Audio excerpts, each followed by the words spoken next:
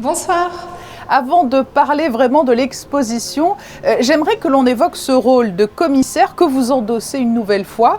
Comment entrevoyez-vous cette mission qui vous est confiée ? Écoutez, le rôle de commissaire,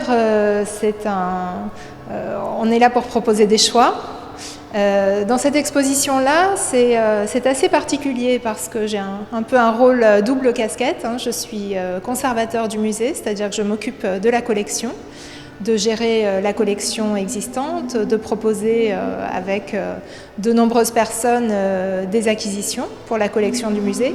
Et c'est vrai que là, je suis commissaire de cette exposition, donc il s'agit de proposer des choix parmi les œuvres de la collection, ce que l'on fait finalement assez rarement. Il y a eu il y a quelques années une exposition qui s'intitulait « Construire une collection » en 2015. Et là, c'est un peu la suite. L'idée de cette exposition, c'est vraiment de montrer les dernières œuvres acquises pendant ces 10 dernières années, en tout cas une sélection. En préambule de la présentation de cette exposition, vous empruntez les jolis mots de l'auteur martiniquais Édouard Glissant pour définir ce qui fait le titre de cette exposition, les tremblements. Ces tremblements-là n'évoquent pas la peur. C'est vrai que j'ai trouvé cette idée très belle pour réunir les œuvres de l'exposition, c'est-à-dire d'essayer de convoquer à la Villa Paloma une multitude de voix qui expriment ce tremblement du monde, ce tremblement physique, ce tremblement géologique, ce tremblement spirituel, traduisant un peu finalement ce que l'on vit au quotidien. Mais aujourd'hui, Célia Bernasconi, comment constitue-t-on des collections? Racontez-nous les coulisses du marché de l'art. Il y a plusieurs modes d'acquisition. Il peut y avoir un cas de figure où, par exemple, nous produisons une exposition avec un artiste que l'on invite à Monaco. Nous allons travailler avec lui sur un projet, ou avec lui ou avec elle. Et à l'issue de ce projet, à l'issue de l'exposition, nous proposons à notre comité d'acquérir certaines œuvres. Ce que l'on fait par exemple récemment avec l'artiste Shimabuku, qui était le dernier artiste invité ici à la Villa Paloma, ce qui est arrivé, je ne vais pas dire à l'occasion de toutes les expositions, mais très souvent.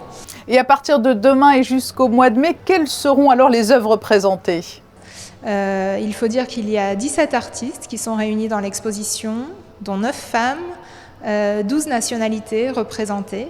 Et c'est difficile de constituer une scénographie et de trouver un fil rouge lorsque l'on a autant d'influences différentes à présenter. C'est pour cela que moi j'ai proposé d'adopter cette pensée du tremblement et la figure d'Édouard Glissant, qui est un penseur immense, qui a pensé beaucoup de domaines, mais notamment qui a pensé le musée, qui a pensé le musée du XXIe siècle comme un endroit où des lieux du monde peuvent être mis en contact avec d'autres lieux du monde. Et cette pensée m'a énormément inspirée pour l'exposition. C'est-à-dire que le musée, c'est le lieu d'une expérience esthétique, finalement une expérience qui peut être très forte, qui peut mettre le visiteur en doute ou en danger, mais en tout cas qui va permettre une rencontre avec une sensibilité, la sensibilité d'un artiste. Et c'est finalement cette question de la pensée du tremblement qui constitue le fil rouge entre toutes ces différentes visions, entre tous ces différents artistes, ces différentes nationalités et les différents sujets aussi qui sont abordés à travers l'exposition. Célia Bernasconi, merci pour cette présentation de l'exposition Tremblement qui ouvre ses portes ce jeudi. Merci beaucoup.